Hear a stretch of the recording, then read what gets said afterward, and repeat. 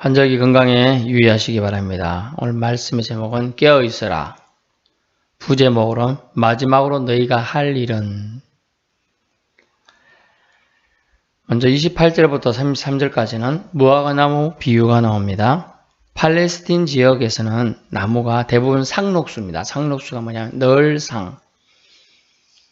푸른 나무가 많아요. 근데 무화과나무는 예외입니다.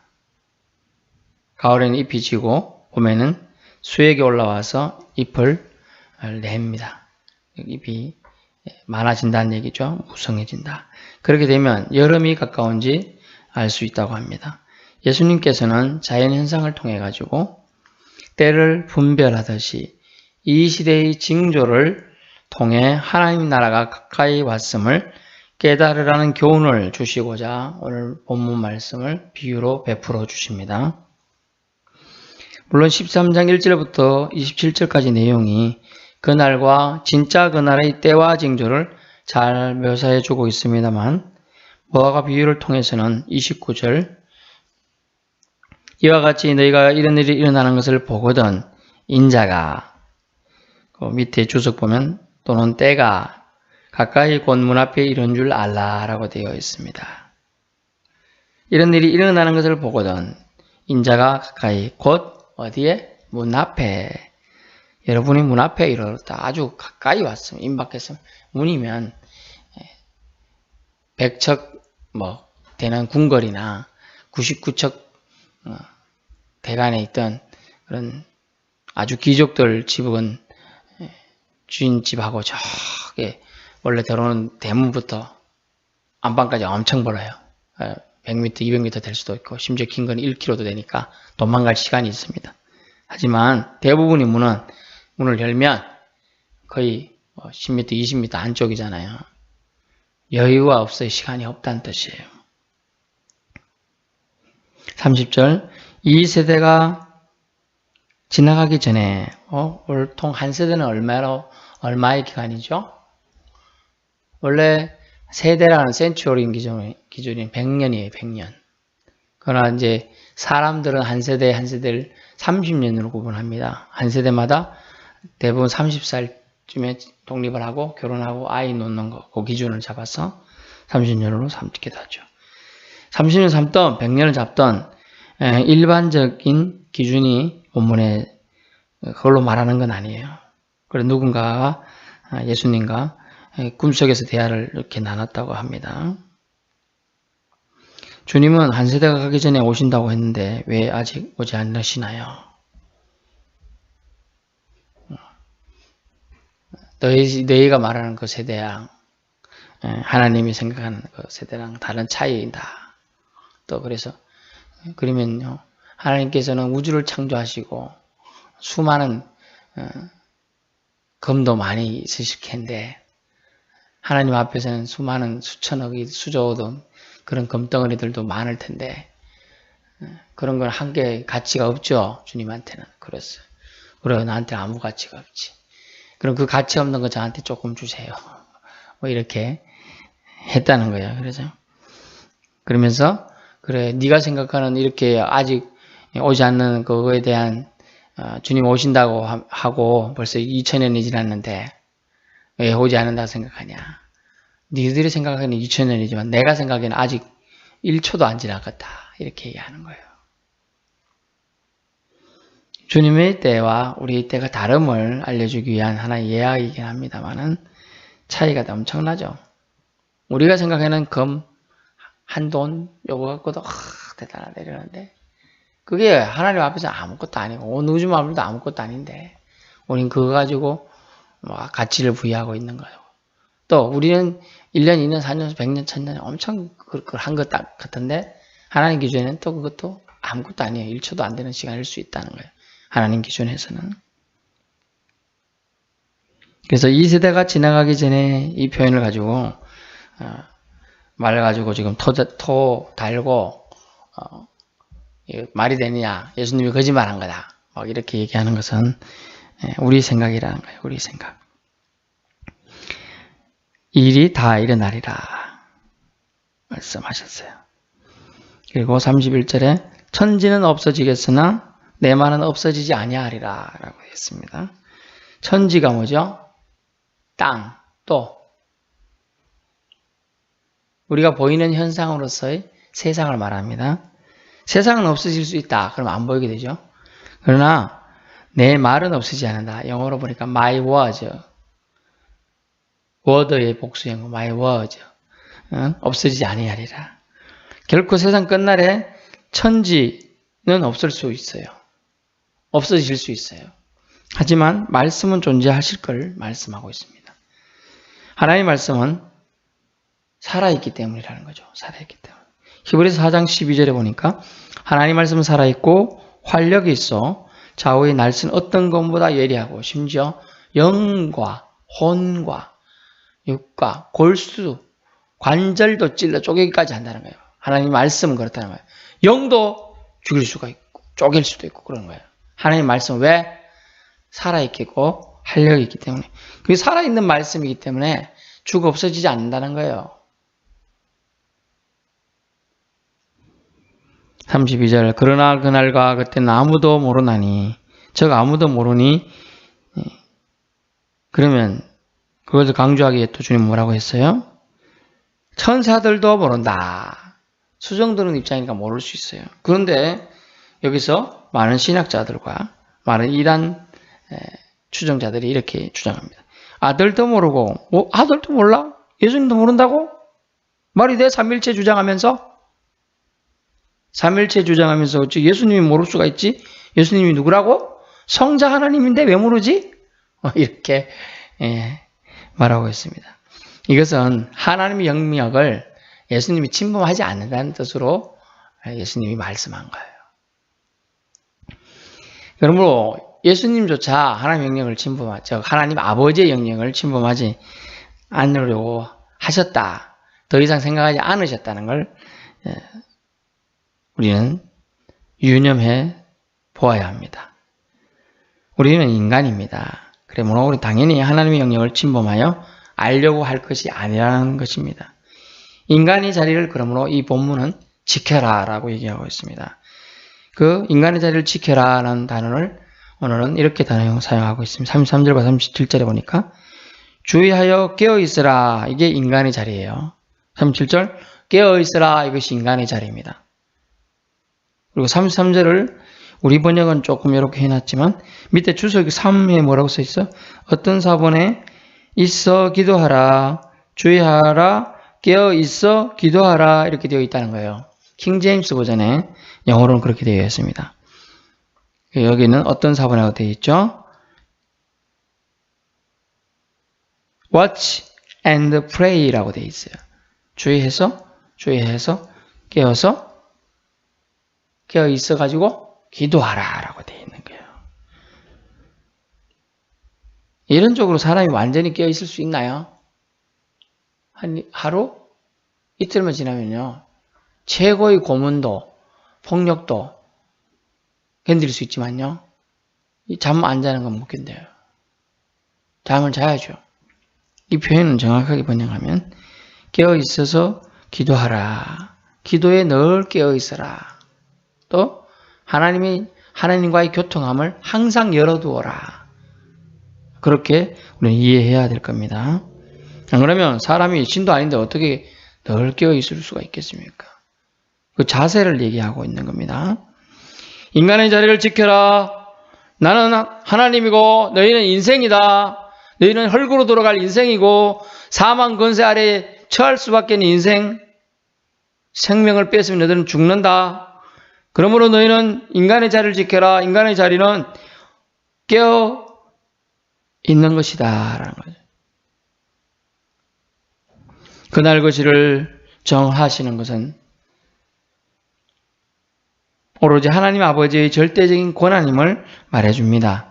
우리의 영역은 주의하고 깨어있는 그까지예요. 거기까지. 그 경계를 인간은 넘지 말아야 한다는 얘기입니다. 왜요? 예수님조차 그 경계를 침범하시지 않았음을 기억해야 합니다. 다만 믿는 자에게 요구되는 것은 충성과 깨어있는 것입니다. 깨어있는 것. 믿는 자로서의 도리를 저버리지 않는 걸 충성이라고 표현했고요. 깨어있는 거예요.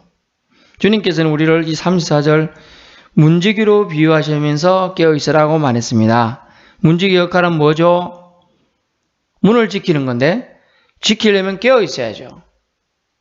문지기는 주인의 친구나 주인과 관련되는 사람들은 출입 통과시키고 아닌 사람들 강도나 도둑이나 깡패들이나 나쁜 목적으로 오는 것은 통과 안 시키는 것이 문지기의 역할이라는 거예요. 그러므로 35절 깨어있으라 집주인이 언제 올지 모르기 때문이다 라고 얘기하면서 주인이 어떻게 했냐? 타국으로 갔습니다. 34절에 그 종들에게 권한을 주어가지고 각기 그 능력에 따라 권한을 줍니다. 이것을 하고 그것을 어떤 자기 능력 고유 권한 안에 일을 맡겼어요. 사물을 맡겼어요. 근데 문지기에게는 깨어있으라고 했어요.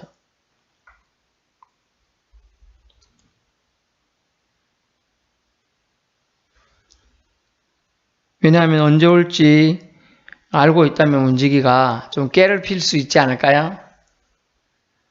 잠시 볼일을 보러 갈 수도 있잖아요. 화장실 급하면 뛰어갈 수도 있고 외출할 수도 있고. 근데 단서가 집주인이 언제 올지 모르기 때문에 깨어있어야 된다. 그 표현이 35절 깨어있으라 집주인이 언제 올지 모른다. 저물 때일런지 밤중일런지 다굴 때일런지 새벽일지 너희가 알지 못함이라. 이렇게 표현해주고 있습니다. 히브리 표현은 언제 올런지 저물 때 오후 6시부터 9시 사이인지 밤중일런지 오후 9시부터 12시까지인지 다굴 때인지 새벽 12시부터 3시까지인지 새벽일런지 새벽은 3시부터 오전 6시까지입니다. 그렇게 일런지 오늘 우리나라 말하면 자신지 축신지 인신지 묘신지 뭐 이런 표현이에요. 만약 밤 12시부터 1시 사이 온다. 실컷 자다가 딱 30분 전에 일어나서 딱 건물 쓰고 있으면 되잖아요. 불침번 쓰듯이. 근데 모른다고 분명히 예수님은 얘기했어요. 왜? 그것에 대한 고유권 아닌 하나님이시기 때문이라고 얘기했습니다. 제가 어제 꿈을 꿨는데 설교를 하면서 제가 잤더라고요. 놀라서 깼어요. 놀라서 다 깼는데 성도들이 보고 저는 엄청 잤는 것 같은데 별로 안 잤나 봐요. 뭐 낌새가 없어요. 저는. 그리고 깜짝 엄청 놀랐던 생각이 나요. 그렇게 깜짝 놀랐는데 꿈에서 주사 그래도 놀라는데 지금 문지기가 잠을 졸지 말고 지켜야 되는데 만약 이런 일이 발생했다. 만약 이런 일이 생각했다. 상상해보세요. 주인이 왔는데 문지기에 졸고 있어요. 그냥 문을 안 지키고 있어요. 문을 열어주고 막 이렇게 하는데 안고도 안 해. 문을 열고 다른 종이 열고 싹 들어갔습니다. 문을 닫혔습니다. 이제 문지기는 주인이 주는 혜택을 완전히 누리지 못하고 쫓겨나는 시대가 되는 거예요. 3, 4절 사람이 타고 갈 때 각 종들에게 권한도 주었습니다. 문지기에도 권한을 주었죠. 그 권한은 문을 지키는 거예요. 철석같이 지키는 거예요. 파수꾼처럼 지키는 거예요. 그러면서 그에게 깨어있을 걸 명해. 다른 종들한테는, 다른 사람들은 이거 해라, 저거 해라, 저거 해라, 각종 일을 맡겼습니다. 문지기는 단순해요. 문만 지켜라! 그러면서 깨어있으라고 얘기했어요. 문지기는 문을 철통같이 잘 지키는 겁니다. 그러면서 졸든지 자는 것은 자격 미달이며 직무태만이 되는 겁니다. 그것을 위해 고용된 사람은 문을 지키고 있어야죠. 그 직무 시간이 끝날 때까지. 어느 주인이 자기가 왔을 때 졸거나 자거나 딴 자리 비우거나 이런 걸 좋아하겠습니까? 칭찬하겠습니까? 결과는 뻔하죠. 37절 말씀 보세요. 깨어있으라 내가 너에게 하는 이 말은 모든 사람에게 하는 말이니라. 아멘. 이게 문지기에게만 해당될 줄 알고 나는 아니리라 할 생각이 큰 오산이에요. 여러분이 다 문지기라는 얘기예요. 지금 믿음의 사람들이 문지기라는 거예요. 여러분을 통하여 복음의 문도 열려있고 여러분을 통하여 복음의 길이 제시되어 있음을 말해주고 있는 거예요. 그런데 주님은 이 말씀을 모든 사람에게 하는 말씀이라고 분명히 기록해주고 있어요. 그러면 우리는 문지기 의식을 가지고 살아야 한다. 문지기 의식. 문지기 의식을 가지고 깨어있는 신앙생활을 해야 한다는 걸 말씀해주고 있습니다. 이제는 예외가 없습니다. 저와 여러분 모두를 문지기처럼 정신 차리고 살라고 주님이 경고의 말씀을 주고 있는 겁니다. 너희가 잘 지키면 주인에게 이롭고 이익이 되고 잘못 지키면 주인이 해가 된다. 주인에게 손해가 된다는 얘기죠. 너희가 믿음 생활 잘하면 너희 때문에 내가 하나님이 영광 받으시고 너희가 믿음 생활 똑바로 안 하면 하나님이 영광을 가리게 된다라고 얘기하는 것과 같은 거예요. 그러므로 저와 여러분 모두는 주님이 오셨을 때 기쁘게 맞이할 수 있기 원합니다. 기쁘게 맞이하기 위해서는 오늘 본문의 주님 말씀처럼 자기 맡은 일을 잘 감당하는 문지기가 되기를 원합니다. 너희는 문지기다 라고 얘기하고 있어요. 모든 사람에게 하는 말이다 라고 얘기하고 있어요. 마지막으로 주님 우리에게 할 일은 문지기처럼 깨어있는 생활을 해라. 킹 제임스 버전처럼 깨어있어 기도하라 라고 얘기하고 있는 거예요. 허리몽땅하게 살지 말라는 얘기예요. 저도 기도를 새벽 제단 쌓고 또 이렇게 여러 번 틈나는데 기도하지만 어때요? 허리몽땅하게 기도할 때 있고 또리또리하게 기도할 때 있고 어느 기도를 잘 들어줄 것 같아요? 하나님 물론 사랑이 많으셔서 다 경청은 하고 계셔요. 다 듣고 계셔요. 하나님은 여러분이 비몽사몽이 하든 정말 갈급한 심령으로 기도하는 다 듣고는 계셔요. 근데 어느 기도를 잘 들어줄 것 같아요? 우리 상식적으로 생각해 보세요. 또렷또렷하게 갈급한 심령으로 하는 기도를 잘 들어주겠죠. 문제기는 또릿또릿한 정신으로 최고의 컨디션으로 문을 지켜야 하는 거예요. 그래야 가짜 사람인지 출입하는 사람이 주인을 해코지 할 사람인지 이익을 줄 사람인지 친구인지 친척인지 알 수가 있는 거예요.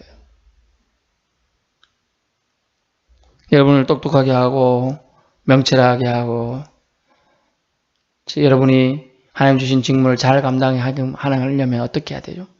깨어있어 기도하라 그러죠. 기도해야지만 여러분이 명철이 생기고 기도해야지만 분별력이 생기고 기도해야지만 여러분이 하나님이 원하시는 믿음에까지 이르를 수가 있어요.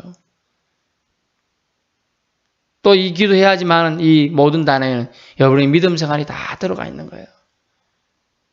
그냥 무작정 기도하는 건가요? 아니에요. 말씀을 통해서 말씀에 근거해서 기도하고 말씀에 근거해서 믿음 생활을 해야 되는 거죠. 예를 들면 통과하려는 사람이 문제기 당신 누구야 하면 근거를 대봐 이렇게 만약 질문을 할 거 아니에요? 문제기가 당신이 정말 예수님 믿는 사람이야?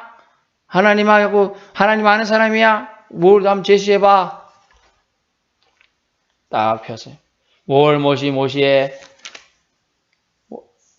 어느 지역에서 어디를 뭘 잘하고 왔습니다. 뭐 이런 게 있으면 통과하든지 뭐 할 거 아니에요. 우리가 하나님 앞에 우리도 마지막 순간에 주님의 재림시에 이 문지기 앞에 가겠죠. 네가 정말 문지기처럼 잘 일을 하고 왔는지 물으실 거라는 거죠. 그때 우리는 어떻게 해야 될까요? 참 잘 자다 왔습니다 라고 할 거예요. 졸다가 왔습니다 할까요? 그래도 하나님 앞에서 예수 믿고 나서부터는 정신 똑바로 차리고 깨어서 기도하며 왔습니다 라고 말해야 되지 않을까요? 우리 삶의 가치가 어디 있느냐에 따라서 여러분의 인생은 결정이 되는 겁니다. 그 삶의 가치가 여러분의 평생 동안 문지기 의식은 내려놓아서는 안 돼요. 그 의식이 있어야 겸손하고 나의 위에 내 주인이 있구나 의식이 있어야 교만하지 않고 그런 의식이 있어야 다른 사람을 배려할 수 있어요. 왜? 문지기니까. 문지기는 주인의 기준에 맞게끔만 행동하면 되니까. 문지기의 역할은 깨어 지키는 겁니다. 여러분 깨어 지키려면 여러분이 똑똑해야 되겠죠? 말씀도 연구해야 되고요. 기도로서 하나님과 교통함이 있어야 되는 거예요. 그렇지 않고 막연히 막 다 이렇게 흐르멍텅한 그걸로 되지 않는다는 거예요. 그래서 깨어서 여러분이 주님이 여러분에게 문지기를 맡겼으면 그 문지기 역할을 잘 감당하는 사람이 되어야 한다. 되기 위해서는 잠이 오면 물을 마시든지 심지어 꼬집든지 뺨을 때리든지 해서 잠을 깨야 되죠. 오늘날 같으면 잠 깨는 껌이라도 씹어야 되는 거예요. 옛날 같으면 썰개 같은 거 아주 쓰다하죠. 그런 걸 막 씹어가지고 잠을 깨고 하는 거예요. 그런 노력들이 있어야 한다는 거예요. 문지기 역할을 잘 하기 위해서는. 인생은 하나의 과정입니다. 천국 들어가기 위한 과정이에요. 그 과정 속에서 문지기로 우리 주님은 오늘 분명히 깨어있으라 내가 너에게 하는 이 말은 모든 사람에게 하는 말이니라 라고 했습니다. 저와 여러분 어느 누구도 예외가 아니에요. 그날과 그 시를 궁금해하지 말고 너희는 단지 너희가 누구인가 현재 위치가 어딘가를 분명히 알고 살아라는 거죠. 그날과 그 시는 하나님의 영역이고 여러분의 영역은 깨어있는 것까지예요. 깨어있는 거. 깨어서 기도 생활을 하는 것까지예요. 주님이 맡기신 문지기 역할을 잘 감당하는 거예요. 그것만이 주님이 오늘 우리에게 마지막으로 우리에게 요구하시는 할 일이라고 말하고 있습니다. 기도하겠습니다. 주님 감사합니다.